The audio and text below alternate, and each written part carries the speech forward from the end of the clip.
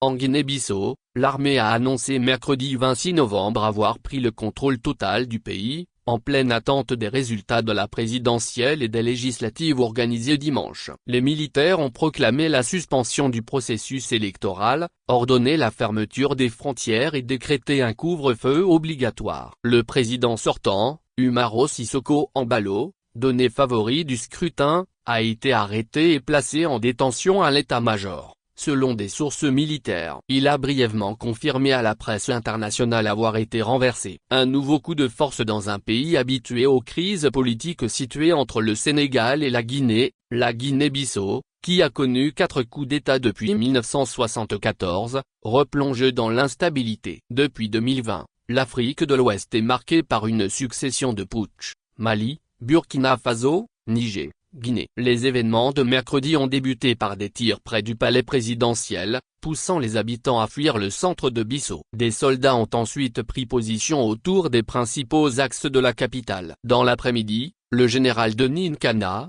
chef de la maison militaire de la présidence, a annoncé la création d'un haut commandement pour la restauration de l'ordre, chargé de diriger le pays jusqu'à nouvel ordre.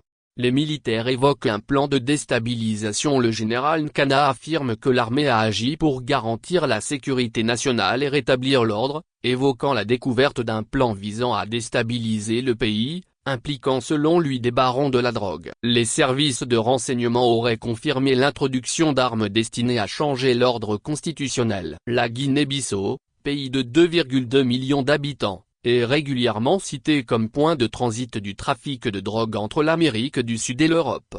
Arrestation de l'opposition et tensions accrues. Le principal opposant, Domingo Simões de Pereira, leader du PEG qui est exclu de la présidentielle, a également été arrêté. Selon ses proches, il n'est pas en sécurité. Des hommes armés auraient fait irruption lors d'une réunion de campagne du candidat Fernando Dia, utilisant des gaz lacrymogènes pour tenter d'arrêter les deux hommes. La situation de Fernando Dia restait incertaine en fin de journée. Les rues de la capitale étaient quasi désertes dans la soirée, sous la surveillance de l'armée. La Commission nationale des élections a également été attaquée par des hommes armés non identifiés, selon un responsable de l'institution. Un processus électoral déjà contesté en Guinée-Bissau la veille. Les camps du président Embaló et de Fernando Dia revendiquaient chacun la victoire, alors que la commission électorale devait publier les résultats provisoires jeudi. Le pays avait déjà connu une grave crise post-électorale en 2019, lorsqu'Embaló et Domingo Simões de Pereira s'étaient mutuellement proclamés vainqueurs. Fin octobre, l'armée avait annoncé avoir déjoué une tentative de renversement de l'ordre constitutionnel. Le gouvernement portugais, ancienne puissance coloniale, a appelé mercredi à la retenue et à la reprise du processus électoral. D'autres réactions sont attendues dans la région, alors que la communauté économique des États d'Afrique de l'Ouest, CEDEAO, suit de près la situation. Actualité Afrique éditoriale politique target coup d'état militaire, Guinée-Bissau.